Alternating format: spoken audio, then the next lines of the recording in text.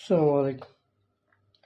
আমাদের ছেলেদের অর্ধেকটা জীবনই কেটে যা কে কি কইলো, কে কি বললো, কে কি শুনলো, কে কি জানলো, এগুলা ভাবতে ভাবতে কারে পাইলাম না, কারে বুঝলাম না, কাউরে বুঝাইতে পারলাম না, মানে এইগুলা ভাবতে ভাবতে আমাদের ছেলেদের অর্ধেক জীবন কাইটে যা। জীবনে কি করলাম, জীবনে কি করব, এগুলো আসলে মনে করেন ভাবতে ভাবতে শেষ। জীবনে অর্ধেক লাইফ শেষ। আমার একটা কথা হলো যে জীবনের লাইফের ফোকাসটা যদি তুমি না থাকো, তাহলে তোমার কেডা কিতা কইলো, কেডা কিতা ভাবলো, কেডা কি শুনলো, এগুলা চিন্তা কইরা তুমি তোমার লাইফে কিচ্ছু করতে পারবে না ভাই। আমি তোমার উপরে পুরা কনফিডেন্স নিয়ে বলতেছি ভাই, তুমি তোমার লাইফে এগুলা যেদিন বাদ দিতে পারবা, সেদিন তুমি তোমার লাইফে কিছু করতে পারবা।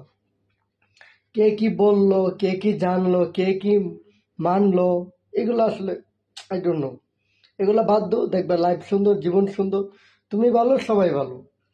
তোমার মধ্যে ঝামেলা থাকলে সবার মধ্যে ঝামেলা। তো কে কি ভাবলো, কে কি শুনলো, সেগুলো বাদ। আর ফ্রেন্ড সবার একটা কথা ছিল যে মানে মানুষ কি ভাববে সেটা জানো? তোমার 40 সাথে গিয়া বলবে যে এই মেয়ে এখানে খাইতে দেন না বেশি, আরেক টুকরা মাংস দেন। এগুলো আসে না, কে কি ভাবলো সেটা বাদ।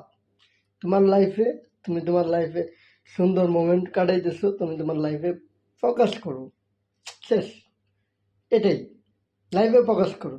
ওই তোমার 40 তা এসে বলবে দৌড়ো ভাই এখানে খাইতে দেন না ঠিক মতো করে, আরেক টুকরা মাংস দেন।